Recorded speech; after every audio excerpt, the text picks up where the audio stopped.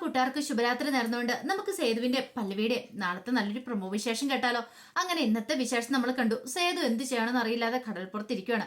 കാരണം സേതുവിന്റെ മനസ്സിലേക്ക് പല പല ചിന്തകളും വന്നു. ഇത്രയും നാള് എത്ര സന്തോഷത്തോടെ താൻ പുന്നുമടത്ത് കഴിഞ്ഞിരുന്ന എല്ലാം ഒരു നിമിഷം കൊണ്ടാ തകർന്നു പോയത്.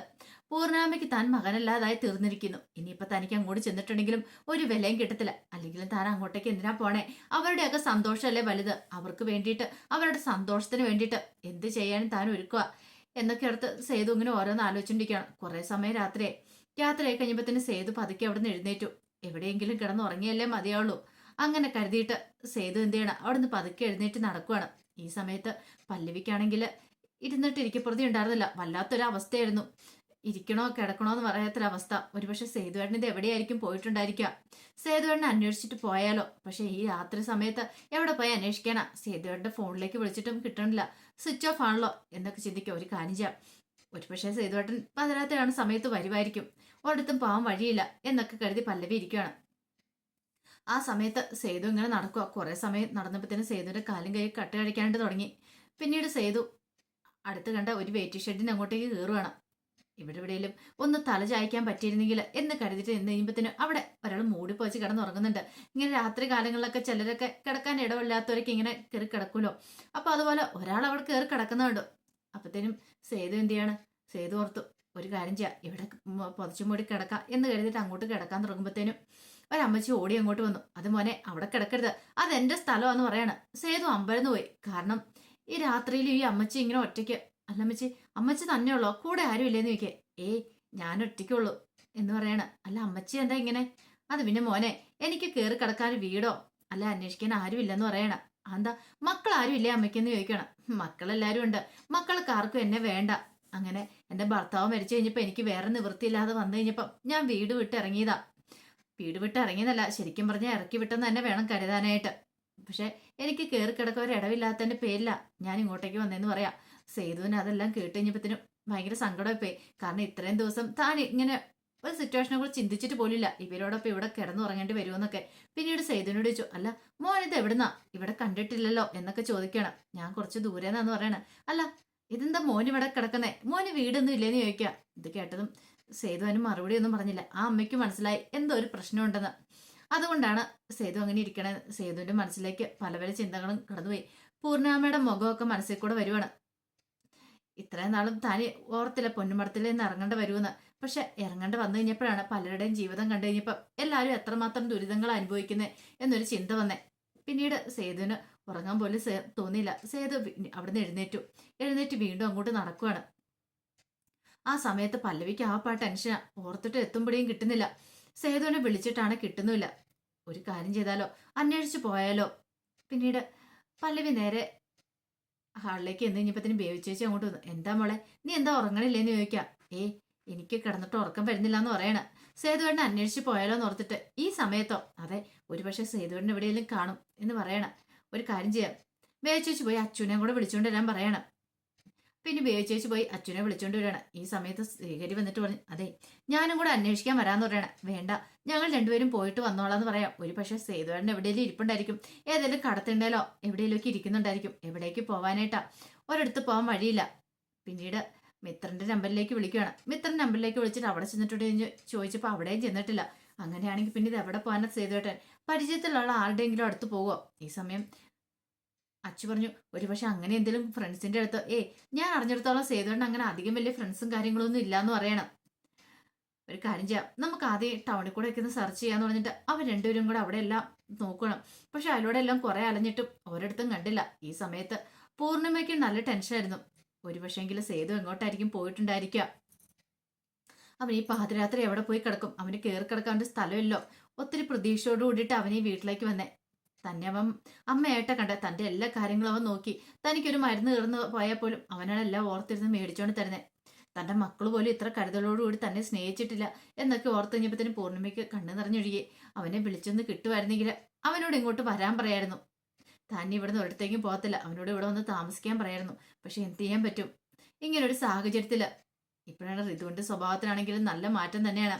അവൾ എന്തിനു വേണ്ടി ഇത് ചെയ്ത് കൂട്ടിയെന്ന് പോലും അറിയത്തില്ല. ഒരു പക്ഷേങ്കില് ഈ കുടുംബത്തിലെ അന്തരീക്ഷം കണ്ടായിരിക്കും അവൾ ഒരിക്കലും ഇഷ്ടപ്പെടാത്ത ഒരാൾ പെട്ടെന്ന് കയറി വന്നപ്പോൾ ഉള്ള ബുദ്ധിമുട്ടുകൊണ്ടായിരിക്കും, അവളെ തെറ്റു പറയാൻ പറ്റില്ല എന്നൊക്കെ പൂർണ്ണിമ ഇങ്ങനെ ചിന്തിക്കുകയാണ്. പൂർണ്ണിമ പിന്നീട് എഴുന്നേറ്റിരുന്നു. ഒരുപക്ഷെ മാധവേട്ടൻ ഉണ്ടായിരുന്നെങ്കിൽ തനിക്കിപ്പോ താങ്ങും തണലുമായിരുന്നേനും.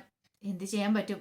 3 മക്കളെ ഏൽപ്പിച്ച അദ്ദേഹം നേരത്തെ പോയി. ഇപ്പോഴാണെങ്കിലോ ഇതെല്ലാം കാണേണ്ടി വരുന്ന ആള് താനല്ലേ.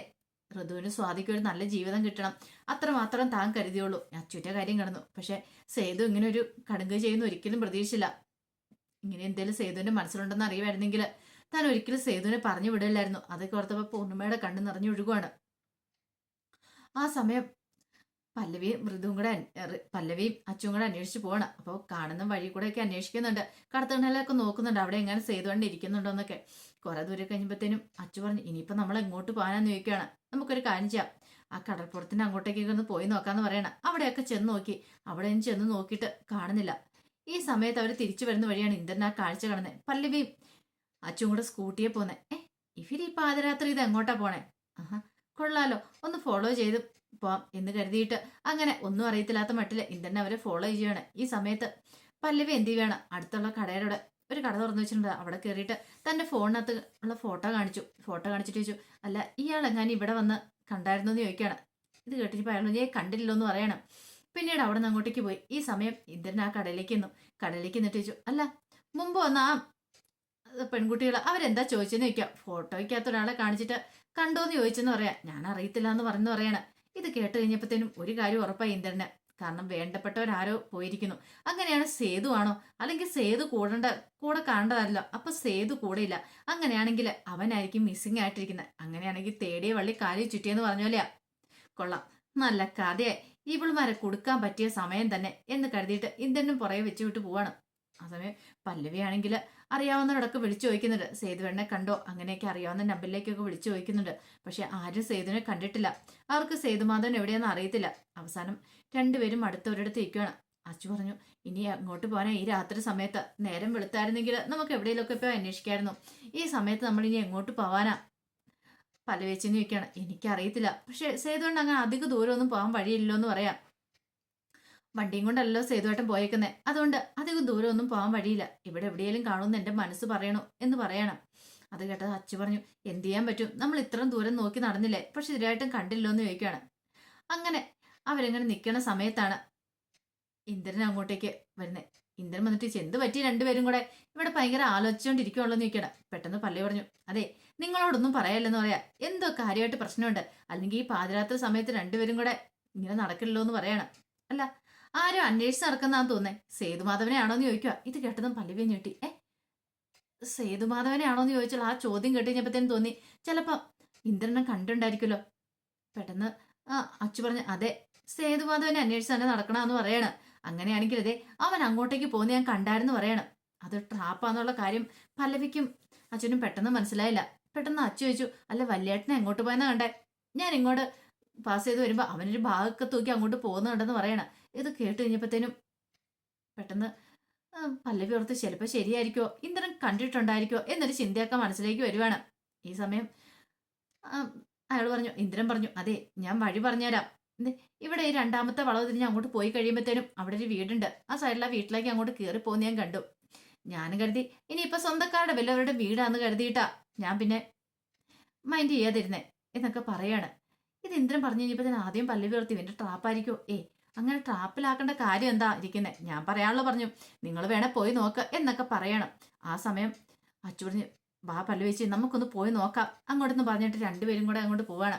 ഇന്ദ്രൻ പറഞ്ഞു, ചെല്ല് പെട്ടെന്ന് ചെല്ല്, നിനക്കിട്ടുള്ള പണിയൊക്കെ ഞാൻ വെച്ചിട്ടുണ്ടെന്ന് പറയണം. പിന്നീട് അവരാ വീടിൻ്റെ അങ്ങോട്ട് ചെല്ലുവാണ്. അപ്പം അതിനകത്ത് ആരെയും കണ്ടില്ല, ആളൊഴിഞ്ഞ് വീടാന്ന് തോന്നി.